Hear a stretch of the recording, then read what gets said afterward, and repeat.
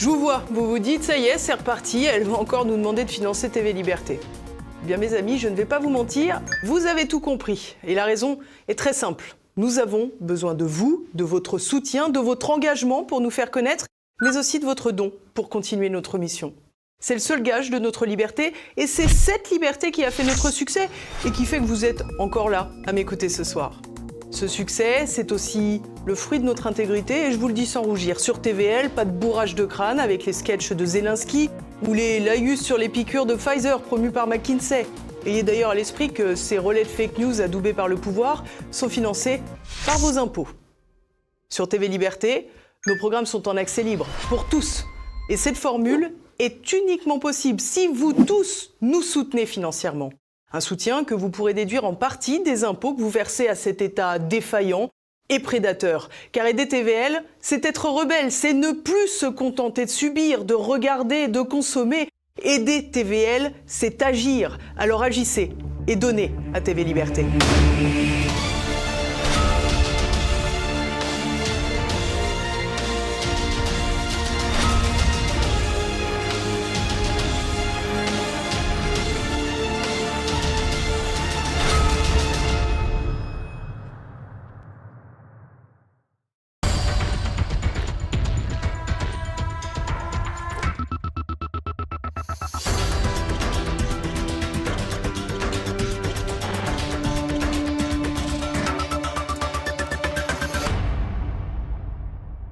Bonjour à tous, bienvenue dans ce nouveau numéro de Politique et Économie. Avant de commencer cette émission, n'oubliez pas, si vous aimez Politique Éco, de cliquer sur le pouce en l'air en bas de cet écran et de nous laisser vos commentaires pour un meilleur référencement sur Internet. Notre invité aujourd'hui, Charles Gave, bonjour. Bonjour.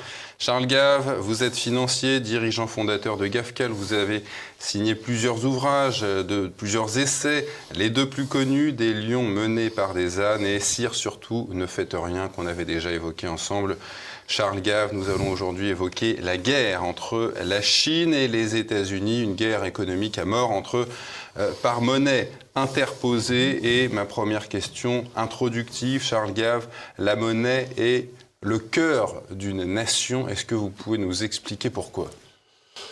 Eh bien, il faut peut-être remonter aux évangiles, comme d'habitude. Vous savez, dans les évangiles, il y a le Christ qui se balade, et puis il y a des pharisiens qui arrivent et qui lui posent la question, faut-il payer l'impôt à César ? Ça vous dit quelque chose, hein, j'espère. Et c'était une question piège, parce que s'il répondait oui, ben, les sicaires, c'est-à-dire les résistants de l'époque, allaient liquider le Christ, et s'il répondait non, c'était les Romains qui allaient le liquider. Donc le Christ dit, avec quoi paye-t-on les impôts ? Et les pharisiens disent, avec une monnaie. Et le Christ dit, montrez-moi cette monnaie. Donc il lui montre la monnaie, et il demande qui a sur cette monnaie-là ? César. César. Et le Christ dit, rendez à César ce qui est à César et à Dieu ce qui est à Dieu. C'était le début, si vous voulez, ce qui a permis la séparation de l'Église et de l'État, la société laïque, etc., dans toutes nos sociétés. Mais ce qui est le plus rigolo, c'est que tout le monde l'a compris, mais personne n'a compris que le Christ disait que la monnaie, c'était César. La monnaie, c'est César. La monnaie, c'est l'État. C'est le souverain. C'est le souverain. Et donc la monnaie et le souverain, c'est la même chose. Et aujourd'hui, le souverain, c'est le peuple. Et aujourd'hui, le souverain, c'est le peuple. En principe. En principe, oui. Et donc, ce que ça veut dire de façon assez simple, c'est que pour qu'une nation existe, il faut qu'il y ait un État. Le rôle de cet État, c'est de défendre les intérêts et la vie et les biens des participants à cette nation, qu'ils font volontairement d'après Renan. Vous savez, c'est une volonté de vivre ensemble. Si c'est le cas, eh bien, il faut payer ces fonctionnaires. Et donc, vous payez ça par l'impôt. Et donc, l'impôt est le lien volontaire qui unit les citoyens à leur État. Et si vous le payez dans une monnaie qui est la monnaie d'un autre pays, ou qui n'est la monnaie d'aucun pays, comme c'est le cas de l'euro, bah, ça ne correspond plus à rien. Vous avez une déliquescence et de l'État et de la volonté de vivre ensemble, comme on le voit tous les jours en France. Vous terminez cette réponse en évoquant l'euro, ça tombe bien, Charles Gave, l'euro qui a été vendu aux Européens comme devant être le concurrent du dollar, a-t-il déjà été en mesure de rivaliser avec lui ? Ben non, pour une raison très simple, c'est que d'abord, il n'y a pas d'État européen. C'est la première des choses. Ce qui veut dire qu'il n'y a pas de défense européenne. Et quand il n'y a pas de défense européenne, comment défendez-vous la nation ? il n'y a pas de défense européenne, il n'y a pas on commence à avoir un droit européen, mais enfin, il est extrêmement douteux parce qu'il n'est pas fait par des représentants de la nation, mais par des gens qui vivent dans la commission et qui n'ont été élus par personne. Donc, quelque part, on nous a fait croire que l'Europe avait vocation à devenir une nation, alors que l'Europe est une civilisation et certainement pas une nation. Donc, il y a eu une tromperie sur la marchandise. On nous a dit, on ira vers la nation européenne. Mais en fait, on se rend bien compte chaque fois qu'on pose la question au peuple que les Allemands n'ont pas envie de devenir Italiens, les Italiens, ils n'ont pas envie de devenir Français, les Français, ils n'ont pas envie de devenir quelque chose d'autre. Et donc, on se retrouve dans un monde où, en effet, on n'a plus de nation, on n'a plus de défense, on n'a plus de droit, on n'a plus de souveraineté. Et l'outil essentiel de la souveraineté, ça reste la monnaie, puisque c'est ça qui permet de payer l'État. Et ceux qui se sont essayés à faire du commerce en se passant du dollar, qu'est-ce qui leur est arrivé à cela ? D'abord, alors en fait, on est passé, pendant les années 80, d'une espèce de domination du Deutschmark, on a remplacé ça par l'euro. Alors, oui. C'était la grande astuce. Les inspecteurs des finances français ont eu très peur quand la réunification d'Allemagne a eu lieu. Ils se sont dit, il faut empêcher que l'Allemagne ne domine. Comme l'Allemagne était bien gérée, toutes les pannes européennes auraient été en Deutschmark, et ils auraient pu continuer à avoir des déficits à la noix, et donc ils ont exigé, c'était ce qu'avait demandé Mitterrand, qu'il acceptait la réunification de l'Allemagne de l'Est et de l'Allemagne de l'Ouest, à condition que l'euro soit créé. Et quand il est sorti de la réunion, Mitterrand a dit, j'ai cloué les mains de l'Allemagne sur la table de l'euro. À mon avis, elles se sont déclouées depuis, mais...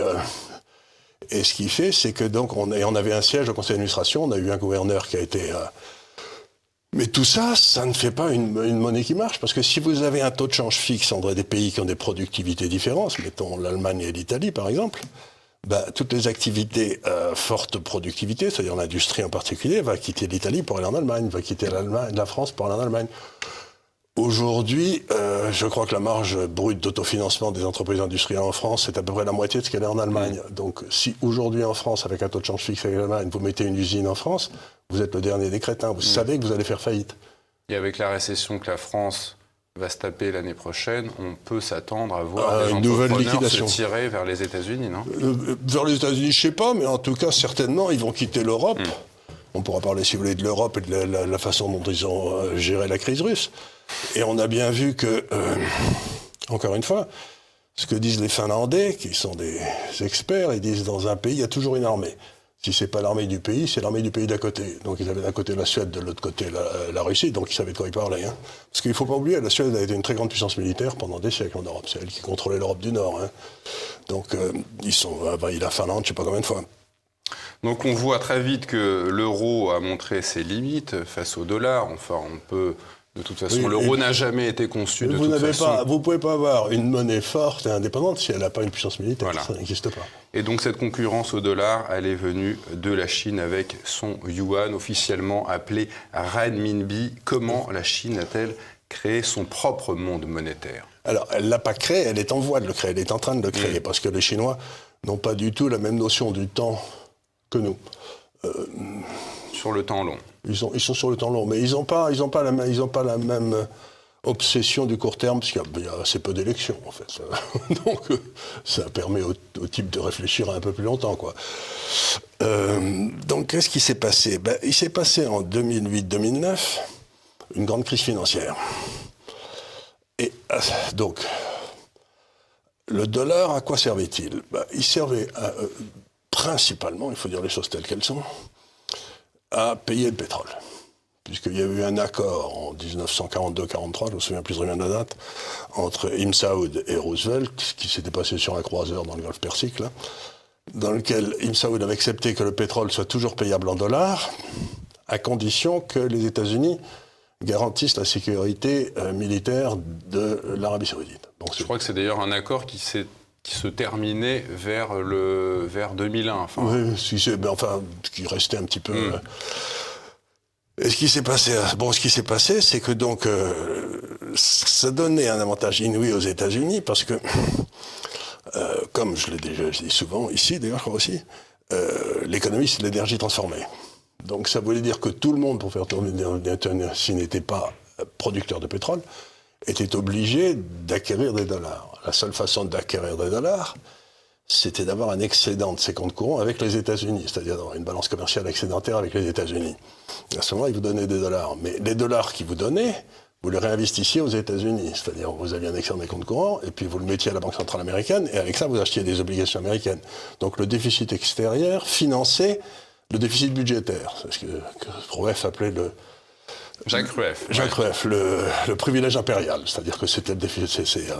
Donc les États-Unis étaient le seul pays au monde qui n'avait aucune contrainte du commerce extérieur. Ils pouvaient avoir des déficits extérieurs, ils n'en avaient rien à foutre, parce que ça faisait plaisir à tout le monde. Ça faisait des réserves de change pour les autres pays. Jusqu'à au moment où la Chine, par exemple, avait 3 000 milliards de dollars en dollars, des réserves, parce qu'ils avaient eu des gros excédents avec les États-Unis. La crise de 2008-2009 arrive, et on met des taux d'intérêt négatifs. C'est-à-dire que les Chinois perdaient entre 7 et 10% par an sur la valeur de leur monnaie. Donc ils ont trouvé ça pas rigolo. Et deuxièmement, les Chinois ne voyaient pas du tout pourquoi ils devraient continuer à payer leur pétrole en dollars. Ils se disaient, moi je voudrais bien payer mon pétrole, je suis le plus gros importateur de pétrole du monde, j'ai le droit de le payer soit avec ma monnaie, soit avec la monnaie du gars en face, mais enfin je ne vois pas pourquoi je dois utiliser cette troisième monnaie qui est là. Et je ne sais pas si vous en remarquez, il y a par exemple Saddam Hussein ou Muammar ou à Kadhafi, qui avaient décidé qu'ils exporteraient leur pétrole dans une autre monnaie que le dollar. Ils ont eu des espérances de vie assez courtes, quoi. C'est-à-dire que dès que vous touchez à ce privilège, les États-Unis deviennent très méchants. Et on a bien vu la Russie et la Chine qui ont commencé à se mettre d'accord pour commencer à payer le pétrole en autre chose qu'en dollars. Et vous avez pas demandé, je ne sais pas si vous avez remarqué, depuis que ce moment-là, c'est fou comme ces deux pays sont devenus les ennemis des États-Unis. La dédollarisation, exactement. La dédollarisation. Donc, ce que dit la Chine, c'est qu'elle a dit à tous les autres pays autour, écoutez, ces gars-là sont fous. Les Américains. Les Américains. Parce que quand il y a eu la crise de Lehman, qu'est-ce qui s'est passé? Ils ont laissé faire faillite à Lehman. Mais à ce moment-là, tout le système de paiement international... Oui, Lehman Brothers. Ouais. Lehman Brothers, tout le système des paiements internationaux, c'est littéralement gelé. C'est-à-dire, un système de paiement international, c'est une espèce de réseau qui fonctionne, il y a des mailles partout, c'est très compliqué. Mais la source de dollars, ça venait toujours des États-Unis. Or, pendant cette crise, les États-Unis n'ont plus donné accès au dollar. Donc, vous avez des pays comme, par exemple, Singapour, qui achetait de la nourriture à l'Australie, qui payait en dollars. Mais pendant quasiment 2 mois, ils n'avaient plus accès aux dollars, puisque les banques américaines ne prêtaient plus de dollars à l'extérieur. Donc, ça crée une récession monstrueuse. C'est donc, ils ont rendu impossible... une monnaie, c'est toujours un instrument de paiement, de commerce. Et ben pendant 2 mois, ça n'a plus marché. Donc les Chinois ont été voir tous les autres en leur disant ça ne va pas du tout. On fait du commerce entre nous dans la monnaie d'un troisième. Pour que ça n'arrive plus dans le passé et dans le futur, ce qu'on va faire, c'est qu'on va mettre... Soit vous me payez, soit on va se mettre tous d'accord pour que nos monnaies bougent ensemble, soit ensemble, on va créer une espèce de zone monétaire asiatique. Et puis, moi, je m'occuperai de la gestion de cette zone monétaire vis-à-vis du dollar, on montera, on baissera, etc. Mais en tout cas, il y aura toujours de l'argent pour faire du commerce entre nous. Donc, le ils ont yuan, ouvert... justement, Charles Gave, en 2021, ne représentait que 4% des transactions mondiales. Oui. Maintenant, on en est à combien? On est peut-être à 10 ou 12, mais ça monte doucement. Mais regardez, par exemple, 100% des transactions par exemple, avec la Russie, de la Chine, étaient en dollars. Aujourd'hui, c'est 0. C'est yuan. C'est yuan ou c'est rouble. Ouais. Et donc, on est en train de voir que... et les États-Unis ont fait une deuxième erreur monstrueuse, c'est qu'au début des années 2010, vers 2010-2012, ils ont décidé que quiconque utilisait le dollar était passible du droit américain. C'est-à-dire qu'ils ont extraterritorialisé leurs droits à tous les pays. C'est-à-dire qu'aujourd'hui, si je vous prête de l'argent, vous me prêtez de l'argent, en dollars, il y a vous, il y a moi qui serons au courant, il y a nos 2 banques, il y a les États-Unis. Et il y a la CIA. Ouais. C'est-à-dire que les États-Unis savent ce que tous les autres font en temps réel dès le moment où le commerce se passe en dollars. Et ils sont susceptibles de nous envoyer leurs avocats si on fait... regardez ce qui est arrivé à Alstom. À la BNP. La BNP, elle a pris 12 milliards d'amendes. Alstom, le type était en tôle pendant 2 ou 3 ans aux États-Unis. Parce qu'il y avait eu soi-disant un cas de fraude en Indonésie. Ce qu'ils font tous, d'ailleurs. Ce qu'ils font tous. Qu'ils le fassent ou pas, ça ne regarde pas les États-Unis. S'il y a entre une société française et une société indonésienne, je ne vois pas ce qui donne le droit aux États-Unis de dire qu'il y a eu corruption, parce que je n'ai pas l'impression que les avions de chasse américains, ça se passe toujours sans corruption également. Vous voyez ce que je veux dire? Donc ça leur a permis d'extraterritorialiser leurs droits, ce qui veut dire que le droit américain devient dominant. Autrefois, c'était juste un instrument de paiement. Si je payais quelque chose, je ne sais pas où, en Éthiopie, même si l'Éthiopie n'était pas bien vue, c'était en dollars. Les Américains disaient rien. Mais à partir de 2010, ils ont dit, vous n'avez plus le droit de faire du commerce avec ceux que j'aime pas moi. Donc c'est une perte de souveraineté inouïe pour les pays. Donc je vais dire, à ce moment-là, le dollar est foutu, quoi. Ça prendra 20 ans. Ça ressemble un peu à de la tyrannie. Mais on voit aujourd'hui donc que Pékin augmente son yuan dans les transactions mondiales. Oui. Vous me dites qu'on est passé de 4 à 11 à 12. Oui. Mais dans le même temps, le yuan a perdu 12% de sa valeur cette année. Cette année, mais il faut le dire vite, parce que si vous prenez par exemple une obligation à 10 ans, allemande ou américaine. Vous savez, une obligation d'État à 10 ans dans laquelle les banques centrales mettent leurs réserves. En dollars, cette obligation à 10 ans, elle a perdu à peu près 15% aux États-Unis et elle a perdu 25% en Allemagne. Donc si vous avez gardé vos réserves en euros ou en dollars, vous avez entre 15 et 25% de pertes depuis 5, 6 ans, 7 ans, 8 ans. Et les obligations chinoises? Vous êtes en hausse de 25. Donc, il est évident qu'on a baissé, mais qu'on a baissé après une hausse phénoménale, d'un moment où le dollar a une espèce de hausse exceptionnelle parce qu'il y avait ce qu'on appelle une crise de liquidité. Mais une banque centrale, ça ne regarde pas les 3 derniers mois, hein, c'est pas ça qui l'intéresse. Donc, encore une fois, ce qu'on voit venir, c'est qu'on voit se développer de plus en plus, c'est-à-dire que la Banque centrale chinoise a créé l'équivalent du FMI, dans lequel ils ont offert des sièges à tous les pays asiatiques. D'ailleurs, l'Angleterre a pris un siège à tout hasard. Ils ont créé l'équivalent de la Banque mondiale, l'un à Pékin, l'autre à Shanghai. Ils ont créé une bourse à terme sur le pétrole, mais cotée en yuan, en renminbi. Et si vous avez trop de yuan, parce que vous avez vendu trop de pétrole, par exemple, à la Chine, ils sont d'accord pour vous l'arbitrer en or. C'est-à-dire que les Chinois sont en train de remettre l'or à l'intérieur du système. Ce qu'avait fait Saddam Hussein en leur temps et Muammar Kadhafi, ce qu'il avait tenté de faire. Ils avaient essayé de passer par l'euro, ça ne leur avait pas réussi. Oui. Mais c'était la même chose. Mais donc, on voit très bien arriver ce mouvement de dédollarisation du monde, et on voit aussi apparaître, entre la Chine et les États-Unis, les prémices de ce que serait la nouvelle monnaie internationale, qui serait sans doute une espèce de moitié-moitié entre l'or et l'énergie. Si vous voulez. Donc ça sera... et là, je sais de source sûre, par l'intermédiaire d'un ami à Genève, vous savez, il y a ce qu'on appelle les fondeurs d'or en Suisse, c'est-à-dire ceux qui ramassent tous les petits morceaux d'or partout, qui en refont des lingots et puis qui les envoient. Il y a... sur les 10 dernières années, les fondeurs suisses n'ont travaillé que pour la Chine. C'est-à-dire qu'ils exportent entre 700 et 1000 tonnes par an, ce qui est gigantesque, à la Chine. Et ça n'apparaît pour ainsi dire dans aucune statistique. Enfin, c'est très difficile à repérer.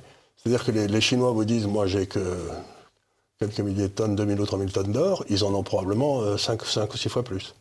C'est-à-dire qu'on sent bien que le but des Chinois, c'est de revenir à une espèce d'étalon or-énergie et d'enlever le dollar de la position prééminente dans laquelle il est. On voit donc cette guerre entre le yuan et le dollar qui a commencé donc. Oh, mais elle a commencé à partir de... Nous, on avait écrit un livre, à GAFCAL, on avait écrit un livre avec mon fils qui a déjà 4-5 ans, qui s'appelait The Clash of Empires, la guerre des empires. C'est-à-dire que vous ne pouvez pas créer une zone qui vous appartient avec la monnaie de quelqu'un d'autre. Et l'euro entre les deux dans cette guerre? Il ne sert à rien. Ouais.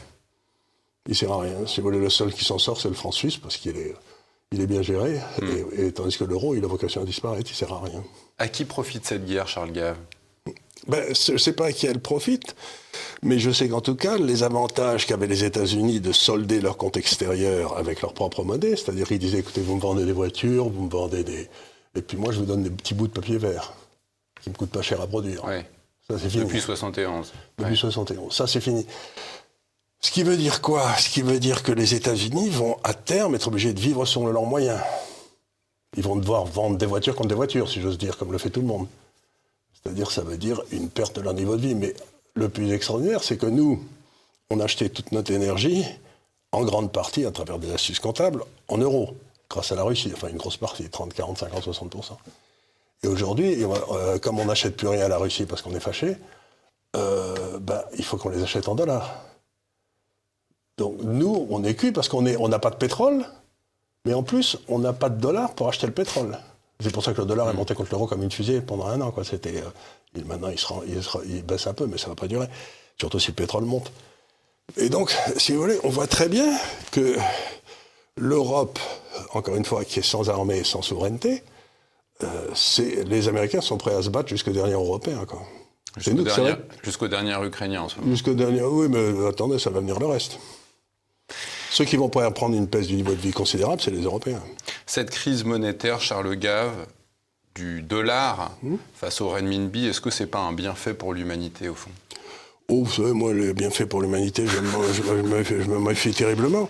Mais ça veut dire quoi ? Ça veut dire que, d'un côté, vous aurez une monnaie qui sera fondée sur la bonne foi des politiciens, des génies qui les gouvernent, qui sont gâteux d'ailleurs, Biden aux États-Unis, donc ils font n'importe quoi. Et puis de l'autre côté, une monnaie qui sera fondée sur quelque chose de tangible, comme l'énergie et l'or. La deuxième va monter contre la première automatiquement, structurellement, quoi. Et donc on va avoir une hausse formidable des monnaies asiatiques. Donc ils vont s'enrichir parce que leur consommation sera de plus en plus facile.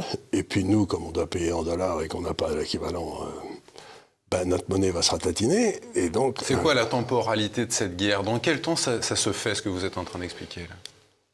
Vous savez, c'est une question, le timing, c'est une question à laquelle j'essaye de ne jamais répondre parce que personne n'en sait foutre rien.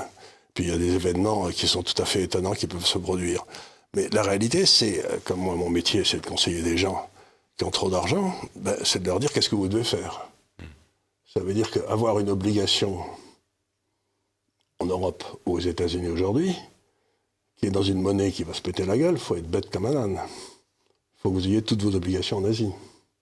Parce que là, vous êtes certain de gagner. Donc, la partie défensive de votre argent, que vous avez mis dans un fonds de trésorerie ou une assurance vie en euros, il faut sortir ça toute affaire cessante et le mettre le plus vite possible dans des obligations indonésiennes, indiennes, coréennes, chinoises, etc. En fait, un portefeuille là-bas, et vous toucherez des 5 ou 6% par an en termes réels à la place de moins 6.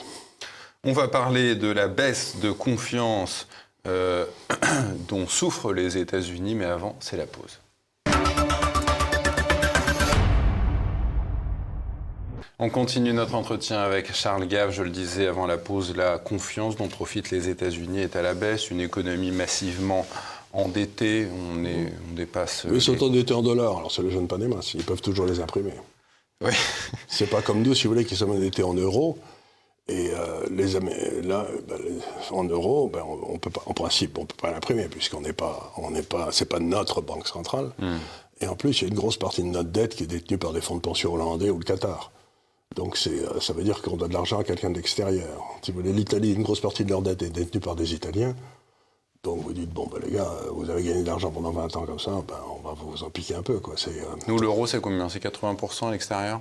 Ça doit être 65% à peu près, je pense, 60-65%. Mais c'est très difficile d'avoir les chiffres. Parce que...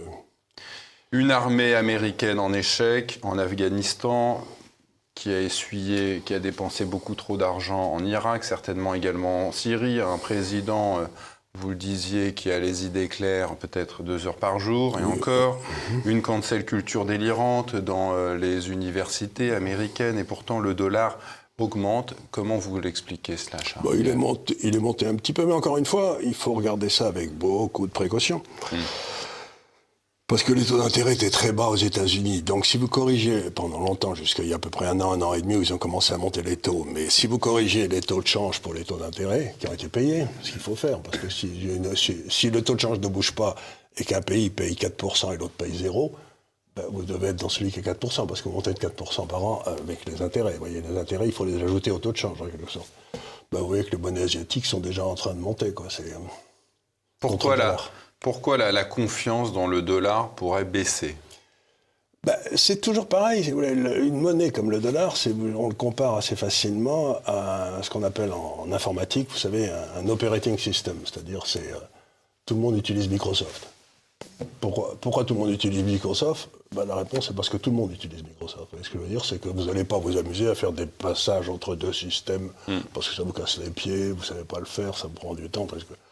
Les trucs Microsoft, ça se parle sans aucun problème. Ça marche, quoi. On sait que ça marche. Une monnaie, la monnaie internationale, le dollar, ça fait 50 ans que tout le monde s'en sert. C'est l'operating system du système international. Donc les gens se disent, avant que je le change, ça va être difficile. Pourquoi en sortir? Et puis si on en sort, on se prend les États-Unis sur la tête. On peut essayer de faire des... Donc, ce que disent les Chinois, c'est ils leur disent, écoutez, vous n'en sortez pas, vous continuez à faire votre commerce si vous voulez, entre dollars ou n'importe quoi. Mais vous avez une roue de secours qui est prête au cas où il y aurait un pet aux États-Unis, où vous comprendriez déplaire.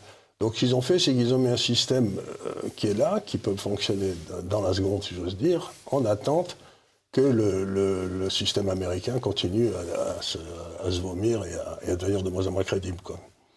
Vous évoquiez tout à l'heure, Charles Gave, l'accord que Ibn Saoud avait conclu avec les États-Unis au sujet du dollar. Est-ce qu'on peut imaginer aujourd'hui, et je vous entendais en parler un petit peu, voir l'Arabie Saoudite se mettre à dire à la Chine, vous allez pouvoir nous payer en renminbi, en yuan? Oui, mais ça arrive. Ça arrive. Il y a déjà tout un tas de pays qui ont eu ça. Il y a l'Inde, qui est quand même un des gros importateurs de pétrole mondiaux, qui maintenant importe son pétrole de Russie et qui le paye en roupies. Et pourquoi les États-Unis ne leur tombent pas dessus, là? L'Inde, c'est un peu difficile. 1,4 milliard de gens... Ah oui, puis ils ont la bombe aussi. Et puis ils ont la bombe, et puis la Chine aussi, c'est difficile, il y a beaucoup de gens. Mais l'Arabie Saoudite, ils ne l'ont pas. Non, ils ne l'ont pas, mais... non, ils ne l'ont pas, mais... faire tomber l'Arabie Saoudite, quand vous allez au Moyen-Orient, on y passe pas mal de temps parce qu'on a beaucoup de clients là-bas, quand vous allez au Moyen-Orient, vous vous rendez compte d'une chose très curieuse que j'avais... Je parle de mon expérience ici, mais qui est nouvelle depuis une dizaine d'années à peu près, c'est que les États-Unis commencent à être vraiment détestés. Au Moyen-Orient. Au Moyen-Orient. Ouais. Ce qui est, autrefois, vous avez les classes dirigeantes qui envoyaient leurs enfants aux États-Unis, qui trouvaient que, ils étaient... Et ils trouvent que ce sont des brutes, qu'ils n'ont pas de parole, qu'on ne peut pas leur faire confiance. Donc il y a une espèce de désamour qui est en train d'arriver au Moyen-Orient qui est extraordinaire. Oui, ça depuis la première guerre du Golfe. Non, la première guerre du Golfe, ça allait encore, ils n'avaient pas foutu en l'air. Saddam Hussein, mais la deuxième avec Bush, plus l'invasion de l'Afghanistan. Ouais, et puis en plus, encore une fois, si vous envahissez l'Afghanistan ou l'Irak, très bien, c'est pas comme si ces pays s'envahissaient pas les uns les autres toutes les 5 minutes, mais il faut gagner. Or, ils ont perdu. Et là, si vous voulez, ça fait pas sérieux. Ils ont perdu politiquement, pas économiquement. Non, mais ils ont perdu militairement. Oui. Ils ont perdu, quand vous allez en Irak, il y a quasiment plus de troupes américaines. Ouais. C'est fini. Vous allez en Syrie... ils ont mis la main sur le pétrole, quand même. Ils ont peut-être mis la main sur le pétrole, mais ils ont mis la main sur le pétrole syrien. Mais la vraie question, c'est... ils étaient en train de gagner, et puis Poutine est intervenu et a fait reculer et les a battus en Syrie. Et donc c'est ça le crime qu'il ne faut pas oublier, c'est que c'est Poutine qui a empêché les États-Unis de prendre le contrôle de la Syrie pour le filer aux sunnites. Donc c'est pour ça qu'ils détestent Poutine à ce point-là. Parce qu'il faut savoir, c'est des histoires dont vous entendez peu parler, mais il faut savoir que le grand projet américain, c'est que vous savez, il y a un énorme gisement de gaz qu'on a trouvé du côté du Qatar, qui est un immense, absolument extraordinaire. Et qui est d'ailleurs aussi, l'Iran est sur le coup aussi. Bon. Donc l'idée, c'était de faire un pipeline qui partait du Qatar, qui est traversé par la Syrie, qui allait en Turquie et qui servait l'Europe. Mais les Qataris n'ont pas été d'accord parce que la Syrie était gouvernée par des chiites, enfin des alaouites. Oui, par Bachar el-Assad. Bachar el-Assad. Donc les Américains ont dit pas de problème, on va faire sauter Bachar el-Assad et on va le remplacer par le gouvernement syrien sunnite. C'est à peu près les 2/3 de la population. Donc on va faire revenir la démocratie. Démocratie américaine. La démocratie américaine, où il y aura ceux qui représentent les 2/3 qui auront entre les pouvoirs, les autres n'en auront aucun. Et simplement, Poutine, le but c'était d'empêcher les Russes de vendre leur gaz à l'Europe. S'il y avait le gaz qatari qui arrivait. Et puis Poutine les a coincés en Syrie bien. Et donc ils n'ont pas pu faire passer leur pipeline. Et donc maintenant on a une guerre avec l'Ukraine. Pour la même raison. Oui, il faut vraiment s'en prendre. Enfin, les Américains veulent vraiment abattre la Russie parce que c'est l'empêcheur. C'est l'empêcheur de vendre le gaz en rond. Hein. Ouais. Le gaz qatari en rond, oui, c'est ça, oui.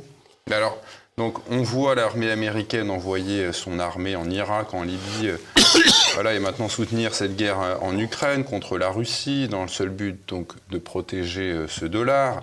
Est-ce que vous pensez que une éventuelle invasion chinoise de Taïwan, non, ça n'aura pas lieu. Ça n'aura pas lieu. Mais pour toute une raison, d'abord, j'avais posé la question il y a 20 ans ou 30 ans, je ne sais plus, j'avais rencontré le ministre des Affaires étrangères de Taïwan à l'époque. En Taïwan, j'étais en train de me balader en Asie. Et je lui avais dit, quelle est la ligne rouge que les Chinois vous ont mis ? Ils m'ont dit, il y en a deux. La première, c'est en aucun cas, nos forces militaires ne peuvent devenir atomiques. Si elles deviennent atomiques, ils nous rentrent dedans tout de suite. Et la deuxième, si on proclame notre indépendance. Ils nous rentrent dedans. Mais sur ça, ils nous ont dit, écoutez les gars, vous pressez pas. Un jour, dans le lointain, ce qui est amusant, c'est que le parti qui est partisan de ce rapprochement entre la Chine et Taïwan dans le lointain, c'est le parti de Chiang Kai-shek, qui était allé là-bas, qui était la République chinoise, et qui, lui, ne veut pas entendre parler et c'est lui qui vient de gagner les élections municipales, là, à Taïwan. Donc, ça veut dire que les Taïwanais ont envoyé un message à la Chine très fort.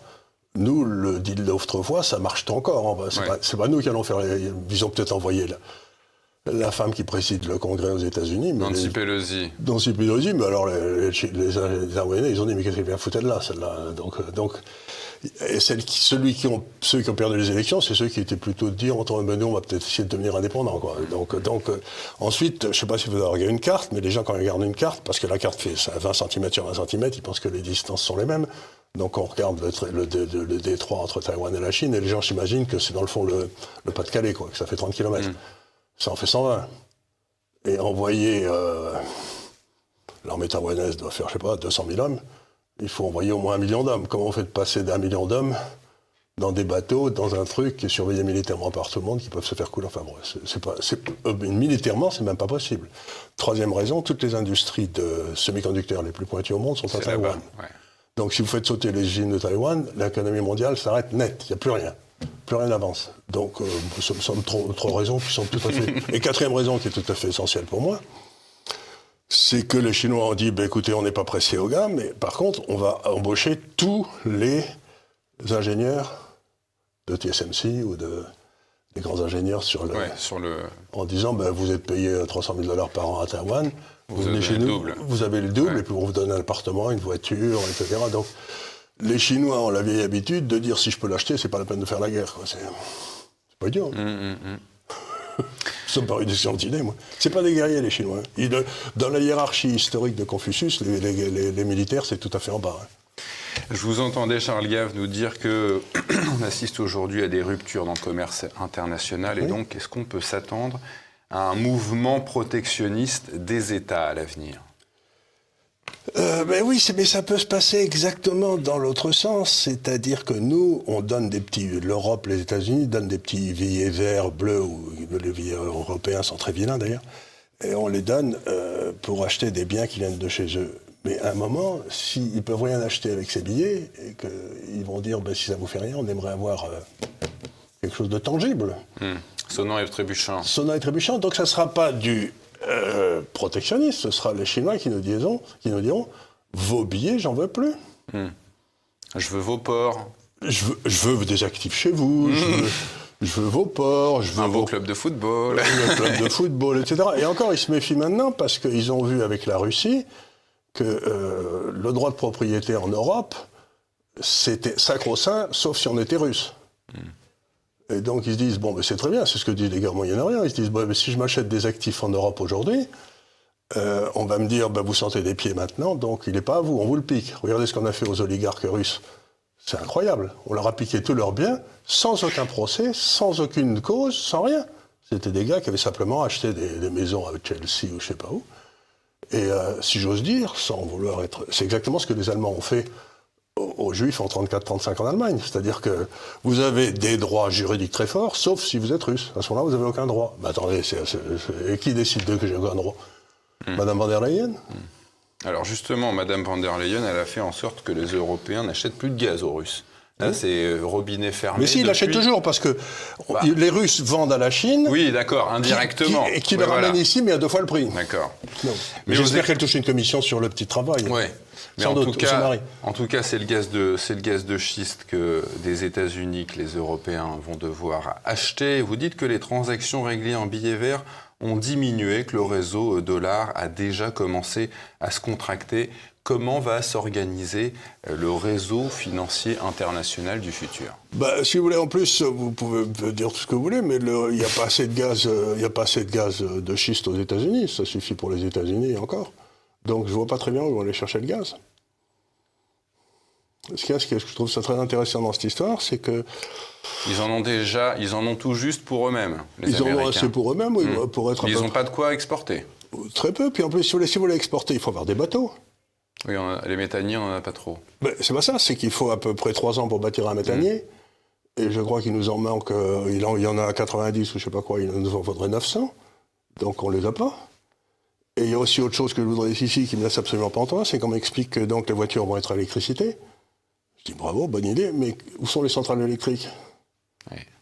Donc vous regardez, si on devait remplacer toutes les voitures à essence en Europe par des voitures électriques, ce que la Commission européenne va faire, je crois qu'il faudrait qu'on triple nos centrales nucléaires ou n'importe quoi. Mais aujourd'hui, pour bâtir des centrales nucléaires, il faut avoir des ingénieurs. Comme ça fait 10 ans ou 15 ans qu'on leur explique que c'est foutu, il n'y a plus d'ingénieurs. On va fermer toutes les centrales, oui. C'est ce que disait l'ancien président d'EDF, là, M. Lévy. Monsieur Lévy, mais attendez, il y a 2 ans, M. Macron nous expliquait qu'on allait fermer la moitié des centrales d'ici 2035. Et maintenant, il dit on passe au taux nucléaire. Mais attendez une seconde, ce qui fait marcher l'industrie, c'est les gars qu'on appelle les gars qui ont fait les arts et métiers. Et les arts et métiers, vous en avez plein qui sortent tous les ans, qui sont des ingénieurs, mais encore faut-il qu'ils se forment à des techniques. Or, aujourd'hui, les gars compétents dans le nucléaire, ils sont tous 65 ou 70 ans, ce qui fait que DS est obligé d'aller voir les anciens, leur dire, vous voudriez pas revenir travailler un peu, là ? C'est parce qu'il n'y a pas de jeunes. Ça fait 10-15 ans que la formation des ingénieurs et nucléaires, on ne la fait plus en France. Et en Chine, ils font quoi ? Ils en ouvrent 2 par mois. Donc ils sortent plus d'ingénieurs, les Chinois, que tous les autres pays du monde réunis. Pardon. Vous dites que le nouveau système international sera moins efficace, moins fragile. Oui. Expliquez-nous ça. C'est une vieille idée de Nassim Taleb. Vous avez des systèmes qui sont extraordinairement efficients. Par exemple, tout le monde se spécialise dans ce qui fait le mieux. C'est ce qui s'est passé pendant la grande période de la globalisation jusqu'à peu près 2008-2009.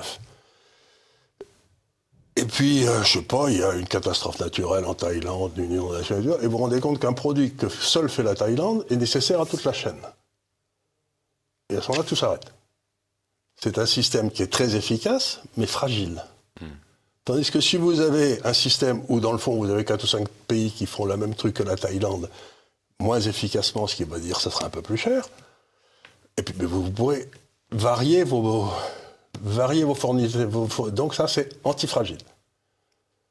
Et donc, on est allé vers un système qui était extraordinairement efficace, où la rentabilité du capital investi était la plus forte partout, mais qui est extraordinairement fragile. On l'a vu pour les médicaments, on l'a vu pour les... On se rend bien compte que tous les produits de base des médicaments étaient faits en Chine ou en Inde. Et aujourd'hui, vous avez des grosses pénuries de médicaments en France. C'est marrant. C'est-à-dire parce qu'il s'est passé là-bas quelque chose, donc on n'y arrive plus. Et par exemple, moi, j'ai un truc idiot qui m'est arrivé, mais j'ai un ordinateur comme tout le monde, et le 5 et le 6 qui se sont pétés en haut. Donc j'ai demandé à ce qu'on me change mon clavier, quoi. Ah ben oui, il n'y en a pas. Ah oui. Il n'y en a pas. Ça fait 2 mois que j'ai commencé la commande, il n'y en a pas. Oui, parce qu'en mer de Chine, il y a des blocages, paraît-il. En mer de Chine, il y a des blocages, puis ils ont d'autres choses à foutre que faire des claviers, réparation, parce qu'ils n'y arrivent plus. Il n'y en a pas. Et donc, j'avais une Toyota hybride, là. Elle est tombée en panne, ce qui n'arrive jamais pour une Toyota, parce que la batterie avait un problème. Donc, je leur ai amené, ils m'ont dit, venez la chercher demain matin. Sauf qu'il m'a fallu attendre 2 mois pour que la batterie arrive de Japon. Parce qu'il n'y avait plus de batterie non plus. Oui, parce que combien de kilos de cobalt il faut extraire dans les mines du Congo avec des gosses ? Combien de litres d'eau il faut pour extraire du lithium ? Je ne sais pas si Emmanuel Macron a pensé à cette... Non, mais c'est assez... Parce qu'il fallait réfléchir en amont pour c'est ce que exécuter cette transition écologique. C'est ce que j'ai autrefois, les gens gouverner, c'est prévoir. Ça faisait des gens qui y pensaient. Mais je vous donne un exemple aussi qui me fait mourir de rire. C'est vraiment le problème du robinet. Vous savez, quand on était jeune en 8e ou en 9e, on faisait les calculs de robinet. Vous savez, il y avait problème de litre avec la baignoire. Il y avait une fuite dans la baignoire et tout, on s'arrachait les cheveux. On essayait de faire ça techniquement à la maison, mais on n'y arrivait pas.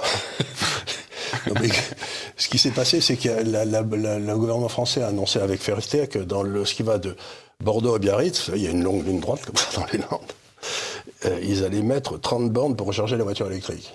Bon. Mais si on a raison en 2035, c'est pas 30 bornes qu'il faut, c'est 3000.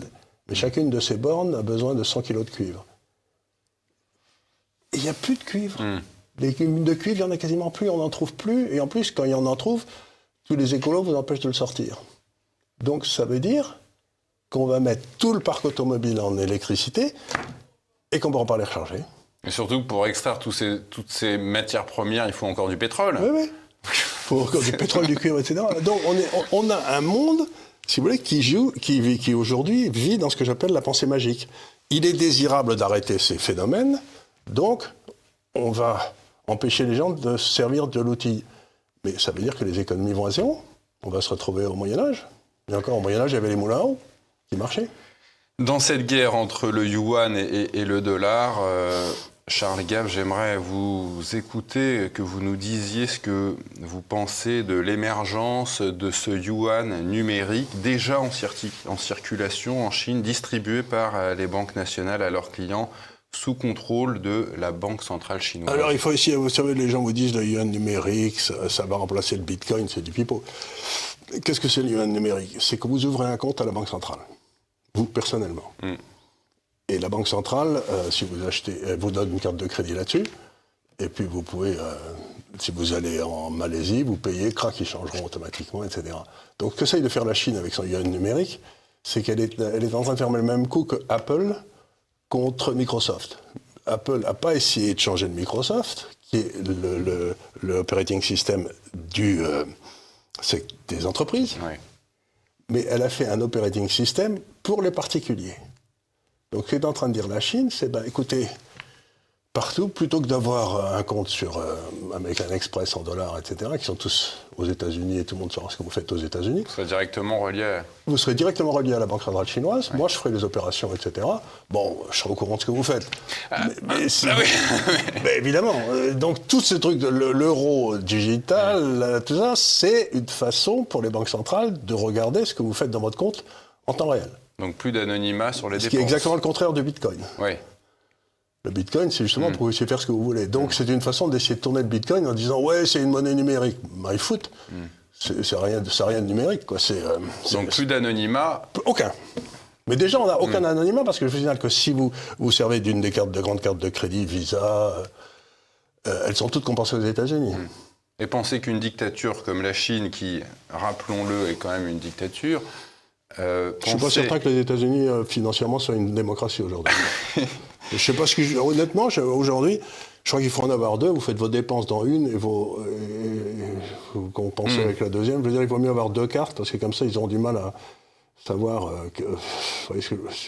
Et pensez que la Banque centrale voudrait éventuellement interdire à tel citoyen chinois d'acheter ou non tel bien. Ça c'est vite fait, il suffit de fermer le compte, clac. Voilà. C'est comme on fera avec. Ça vous semble pas impensable? Pas du tout, mais pas du tout. Mais c'est déjà ce que les Américains ont fait aux Russes. Mais c'est bientôt ce que la Commission européenne est en train de mettre en place avec l'euro numérique. Exactement. Donc, pensez qu'on aura le même genre de conséquences. Si vous refusez de vous faire vacciner, vous n'avez plus accès à votre compte, quoi. Merci Charles Gave, on arrive déjà à la fin de cet entretien. Je voudrais mentionner cette revue tout à fait intéressante qui m'a fortement inspiré pour faire cet entretien. C'est la revue Conflit avec, pour ces mois de novembre et décembre, Dollar, Chine, guerre des monnaies, guerre des empires. Merci Charles Gave. Merci beaucoup. C'est une très bonne revue et Jean-Baptiste Noé qui la dirige est un homme extrêmement compétent. Je ne saurais trop recommander pour les gens qui veulent comprendre ce qui se passe dans le monde. Jean-Baptiste Noé que je vois sur plusieurs plateaux de télévision en ce moment. Mon confrère Olivier Farjac l'a reçu. C'est bien. Merci Charles Gave. Merci infiniment.